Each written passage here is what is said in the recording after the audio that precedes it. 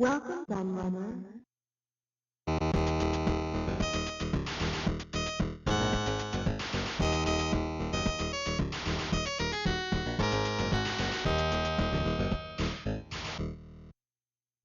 Hey everybody, Kieran aka the Laird here, and I've got a book review for you today, and it's the new future stroke retro gamer bookzine, and it's 100 games to play before you die, which it says apparently is called a retro gamer special edition.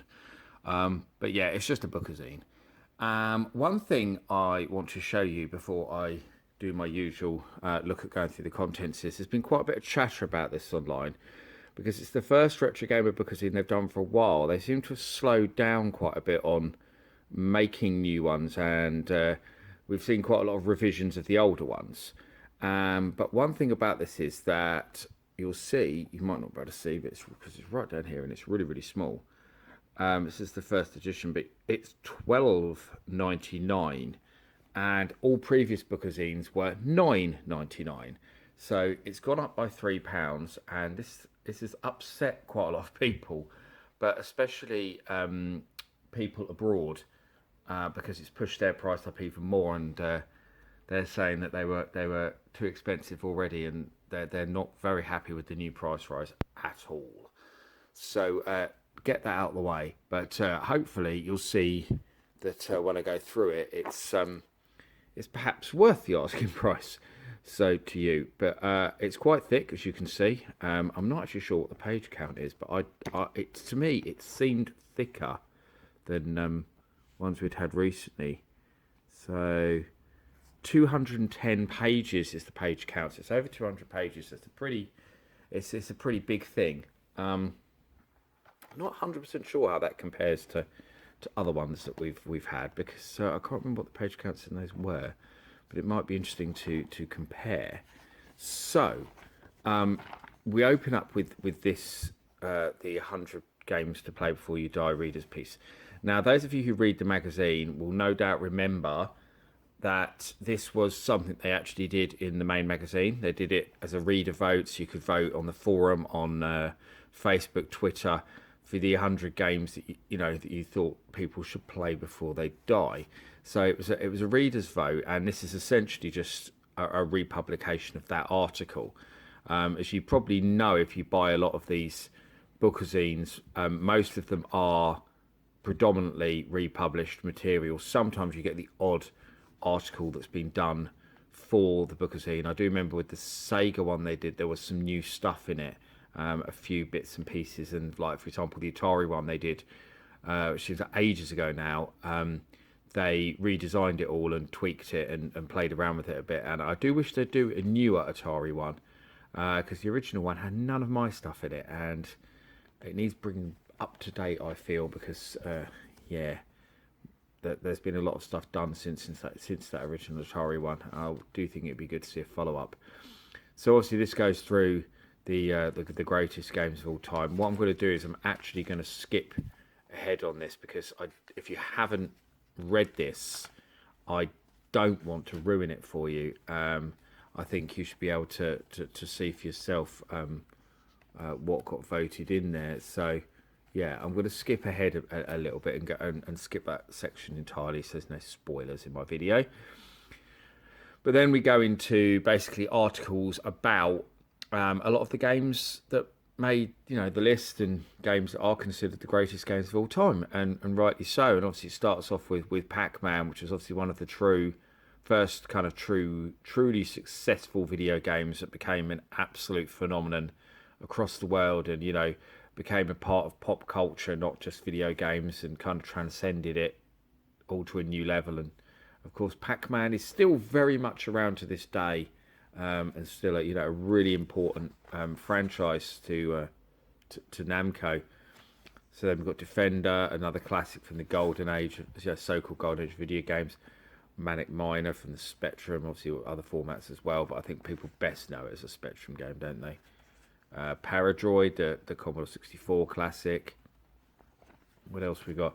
Tetris, of course. I think everyone knew that Tetris would be in there, and the 5 billion different versions of Tetris that they are.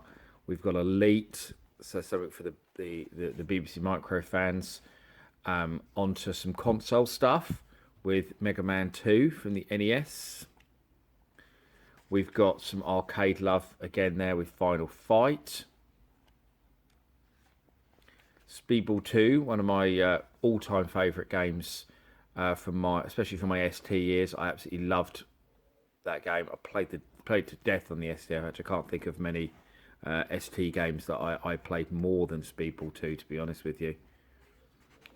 Secret of Monkey Island, something for the PC gamers. It was on other formats as well. Street Fighter 2, don't think anyone would be surprised to see that in there. That's quite a big one. Sonic, I've skipped ahead a bit there, but yeah, Sonic the Hedgehog, again, no surprise to see that in there. I think that's another one you definitely expect to see. There probably won't be a lot of surprises in terms of the stuff that's in there. Super Castlevania 4, perhaps that's one of the more surprising ones to appear there. I'm not sure that that's a game that would instantly spring to people's minds.